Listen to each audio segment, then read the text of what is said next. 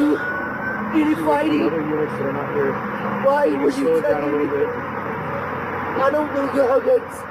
I don't even kill flies. I don't eat meat.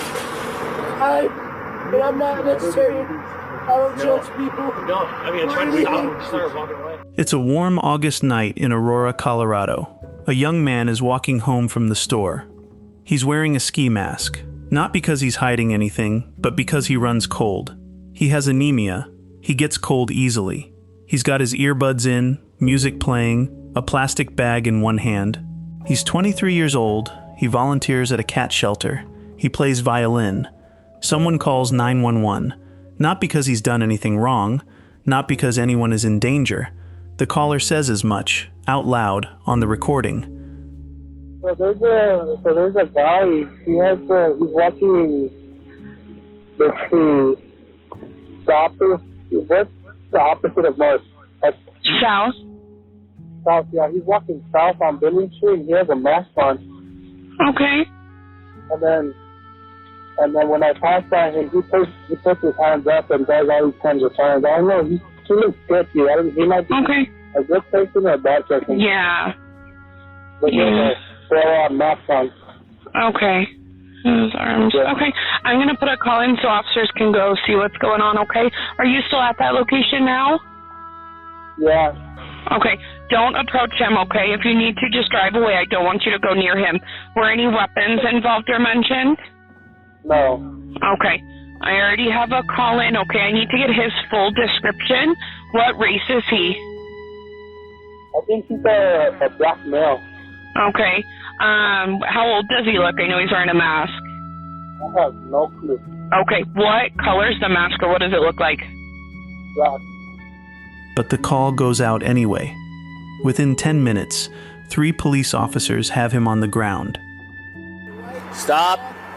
Stop. I have a right to stop you because you're being suspicious. Well, okay. Turn around. No, Turn around. actually, you're home, bro. Turn around. No, I am an introvert. Stop Please respect tensing the up. boundaries that I am Trying to. speaking. Stop tensing up. Stop. Relax. Stop. I'm going home. Relax or I'm going to have to Leave change me this alone. situation. Within 20, he has a dislocated shoulder. He's been rendered unconscious twice, and a paramedic is preparing to inject him with a dose of sedative calibrated for a man 50% larger than he is. He weighs 140 pounds. Within the hour, he is in cardiac arrest. 6 days later, his mother will have to make the decision no parent should ever have to make. And here is the thing that will stay with you long after you've heard everything else about this case. The thing that doesn't get easier no matter how many times you turn it over. At some point during those 20 minutes on the ground, Elijah McClain was still conscious, still speaking, and what he said in those moments tells you everything about who he was. I'm so sorry. I have no gun.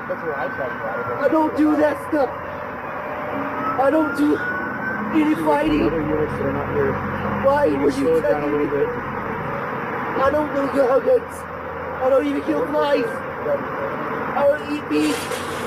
I'm not a vegetarian. I don't judge people. No, I mean, I'm trying to start walking away.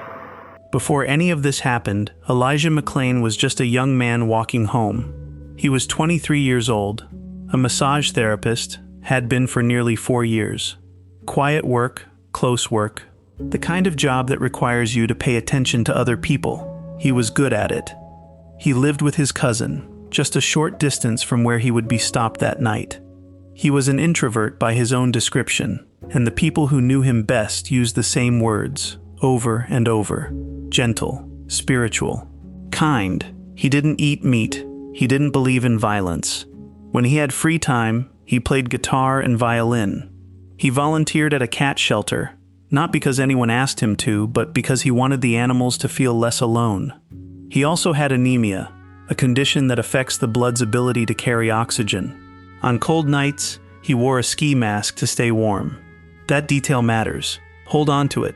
His close friend told investigators later that Elijah could sometimes act unusually after the rare occasion he used marijuana, that his behavior could be misread by someone who didn't know him.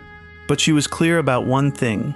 He would never respond to aggression with aggression. That wasn't who he was. On the evening of August 24th, 2019, Elijah put on his jacket, his earbuds, his ski mask. He picked up a plastic bag and his phone. He was going to the store, and then he was going home. Someone else had already picked up the phone to call 911. It's a Saturday night in late August, and Elijah McClain is doing what he often does after a long day, taking a walk to a nearby convenience store. He's picked up a drink for his cousin. He has his earbuds in, music playing. He's wearing a ski mask, which might seem unusual, but Elijah ran cold. He had anemia, and he wore it often in the evenings, even in summer. He is carrying a plastic bag and a phone. He is not bothering anyone. At 10:29 p.m., someone calls 911 from the area of Billings Street in Aurora, Colorado. The caller describes a black male in a black mask, waving his arms. The caller acknowledges this, unprompted, that no one appears to be in danger, no weapon, no threat. Just a young man walking alone in the dark. That call takes 10 minutes to result in a police response. Elijah would have been almost home by then. He lived just nearby, in an apartment he shared with his cousin. He was minutes from his front door. Officer Nathan Woodyard makes contact with Elijah at approximately 10:39 p.m. Within 10 seconds of that contact, Woodyard physically reaches out to restrain him. No conversation, no de-escalation, no moment where Elijah is given the chance to simply say, "I live right here. I was just getting a drink from my cousin. I'm going home." What happens in the next 11 minutes will take years to fully account for, and some would argue it never truly has been. The initial investigation moved quietly, quickly, the kind of quick that looking back should have raised flags immediately. Aurora police conducted their review in the weeks that followed, alongside Denver PD and the district attorney's office. All 5 individuals, the 3 officers and the 2 paramedics, were interviewed. All 3 officers were placed on administrative leave, and then, within months, the department concluded that no policies had been violated. Case closed. But here's what you need to know about those interviews. When investigators later went back and looked at the original interrogation footage, they found something that stunned the Colorado Attorney General enough to throw out the entire investigation. Detectives had been feeding legal justification language directly to the officers as they spoke, handing them the words they needed to make their actions sound lawful. It wasn't an investigation. It was a rehearsal. Meanwhile, Elijah's manner of death had been recorded as undetermined. Not homicide, undetermined. The medical examiner couldn't rule out, or rule in, whether the carotid hold had contributed.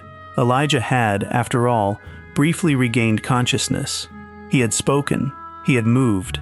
The report mentioned something called excited delirium, a controversial diagnosis that would appear in cases like this again and again across the country. For 18 months, that was where things stood. 5 people had walked away. A young man was dead, and a city had quietly moved on, until a photograph surfaced, and nothing stayed quiet after that. You've been with Elijah this whole time.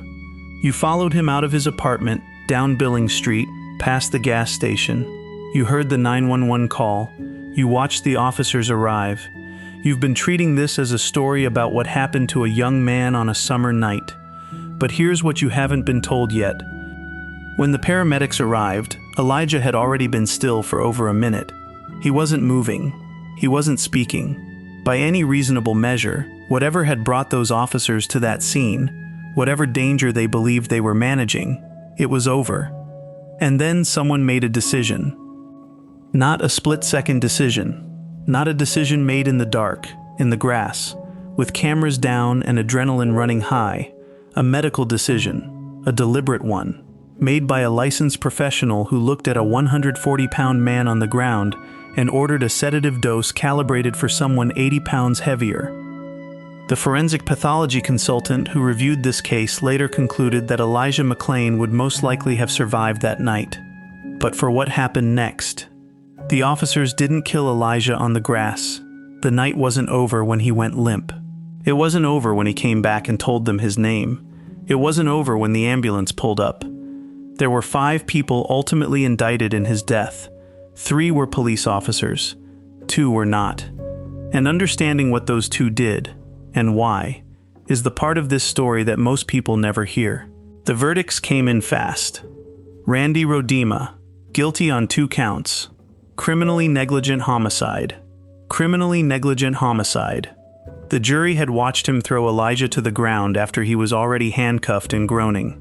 They had watched him wrench that arm back until the shoulder gave way. They had heard him tell the paramedics Elijah was fine. They believed what they saw. Jason Rosenblatt, not guilty. His attorney had argued the carotid hold lasted less than a second, that he was younger, less experienced, that he wasn't the one who administered the drug. The jury agreed, or at least they couldn't say otherwise beyond a reasonable doubt. Elijah's mother was in that courtroom. She had been in every courtroom. She would be in all of them. Rodema was sentenced to prison, not decades. Not the kind of number that feels proportionate when you say it out loud, but a conviction, in a case that had been closed once already, in a case where 5 people walked free for 2 years, in a case where the manner of death is still recorded, officially, as undetermined. 1 down, 2 trials still to come. Nathan Woodyard, the officer who applied the carotid hold that rendered Elijah unconscious, had not yet faced a jury. Neither had the paramedics who injected a 140-pound man with a dose of ketamine calculated for someone 80 pounds heavier. Those trials were waiting. And so was the question no verdict had answered yet. There's one thing the verdicts never touched. Elijah's friend, the young woman who spoke to investigators in those early days, told them something that didn't make headlines, didn't echo through the courtroom, and didn't factor into a single sentence of any closing argument. She said that Elijah, on rare occasions, could behave in ways that might seem strange to someone who didn't know him, that he was sensitive, that the world could feel loud to him in ways it didn't feel loud to other people, that he sometimes moved differently, reacted differently. She also said, without hesitation, that he would never respond to violence with violence. What no court ever resolved, what no jury was ever asked to weigh, is the question of what the 911 caller actually saw. Because here is what she reported. A man walking down a street, waving his arms, bothering no one. She was clear about that. She said no one was in danger. And yet, 10 minutes later, 3 officers had their hands on him. No court examined what standard was applied to make that stop. No court asked whether the call itself justified what followed. The officers said he seemed suspicious. The sergeant who arrived mid-struggle looked at Elijah, handcuffed, barely conscious, struggling to breathe, and said he must be on something. Must be. That assumption, what it was based on, what it allowed, what it set into motion, was never put on trial. And it raises a question that the law, in this case, simply declined to answer. He played violin for the cats, not for an audience, not for anyone who could tell him he was good. He would sit in the shelter where he volunteered, surrounded by animals that had been abandoned or hurt or simply overlooked, and he would play for them, because he believed it calmed them, because he thought they deserved something beautiful. That's the kind of person Elijah McClain was. He was 23 years old. He was a massage therapist who had spent nearly 4 years learning how to help people feel less pain. He was a vegetarian, an introvert. He wore a ski mask in summer because he ran cold. He had anemia, and his body couldn't always hold its own warmth. He wasn't hiding. He was just cold. He was just walking home. His friends knew that he could seem strange to people who didn't know him. A little different, a little in his own world. He was okay with that. He wasn't trying to be understood by everyone. He was trying to be good. He never made it home that night. And somewhere in the weeks after August 24th, 2019, while his mother was preparing to bury him, while his cousin was sitting with the silence of an apartment they used to share, 3 officers who had never even been at the scene drove to the memorial his community had built for him.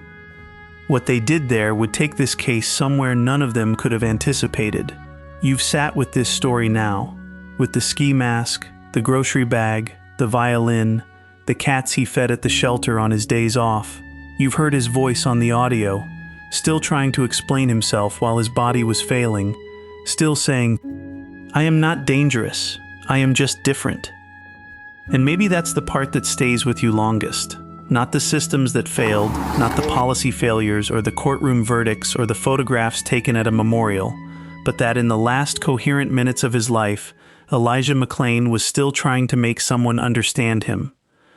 Every institution that touched this case had a mechanism for deciding what happened. The police department had its review. The medical examiner had her classifications. The grand jury had its indictment. The courts had their verdicts.